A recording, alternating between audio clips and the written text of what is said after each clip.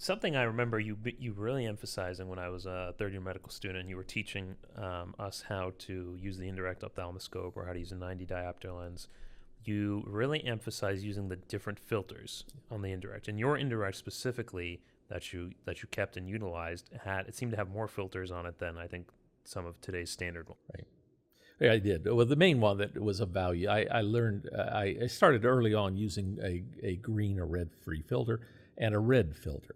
Now, the green, it was nice because what would happen is almost all of the green light that is reflected back out of the eye or comes back out of the eye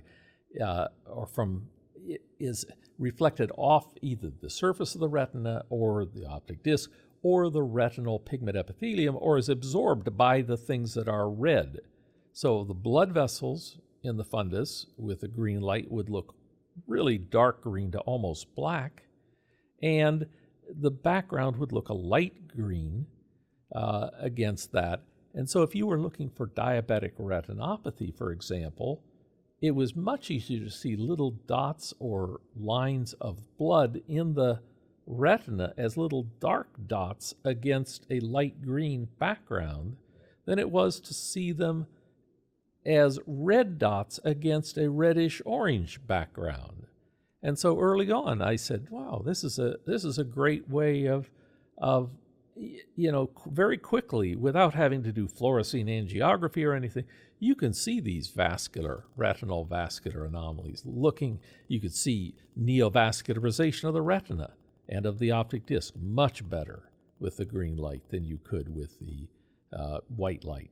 And then for the red light, the red is interesting because it will be reflected back off of red things like blood vessels and the choroidal blood vessels. It would penetrate through and come back from through the retinal pigment epithelium. So it more or less allowed you to look through into the choroid. And so if you had especially a melanotic tumor in the choroid, or a retinal pigment epithelial abnormality, a hypertrophy of the retinal pigment epithelium, it would look almost black against the light red background. If it was a choroidal lesion, it would look dark, but not black like that, and not as well defined. But it would be much easier to see what the margins were when you use the red light. So there were various things that you practice doing them, and you try to do them on every patient